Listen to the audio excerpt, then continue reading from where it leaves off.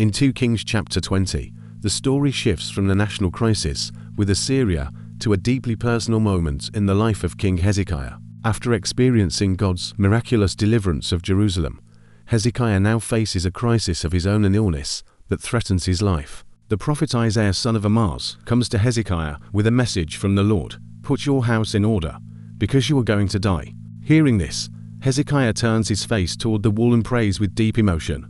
He asks the Lord to remember how he has walked faithfully and wholeheartedly before him.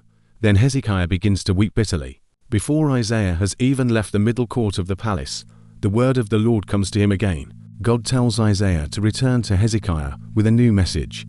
The Lord says he has heard the king's prayer and seen his tears. God promises to heal Hezekiah. In 3 days, he will go up to the temple of the Lord, and 15 more years will be added. God also promises to defend Jerusalem from the king of Assyria for his own sake and for the sake of David. Isaiah instructs that a poultice of figs be placed on Hezekiah's boil, and the king begins to recover. Wanting reassurance, Hezekiah asks for a sign that the Lord will truly heal him and that he will go to the temple. Isaiah offers 2 possibilities involving the shadow on the stairway of Ahaz. Either the shadow could move forward or backward. Hezekiah says it is easy for a shadow to move forward, so he asks for it to go backward instead. Isaiah prays, and the Lord causes the shadow to move backward 10 steps on the stairway. Around this time, Merodach-Baladan, son of Baladan, king of Babylon, hears about Hezekiah's illness and recovery. He sends letters and a gift to Judah. Pleased by the attention, Hezekiah welcomes the Babylonian envoys.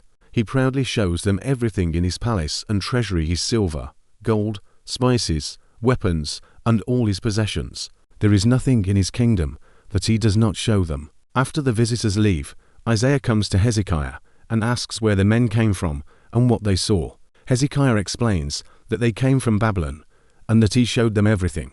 Isaiah then delivers a sobering prophecy. He tells Hezekiah that a day is coming when everything in his palace will be carried off. Isaiah also warns that some of Hezekiah's own descendants will one day be taken away and serve in the palace of the king of Babylon. Hezekiah responds by saying the word of the Lord is good, because there will at least be peace and security during his lifetime.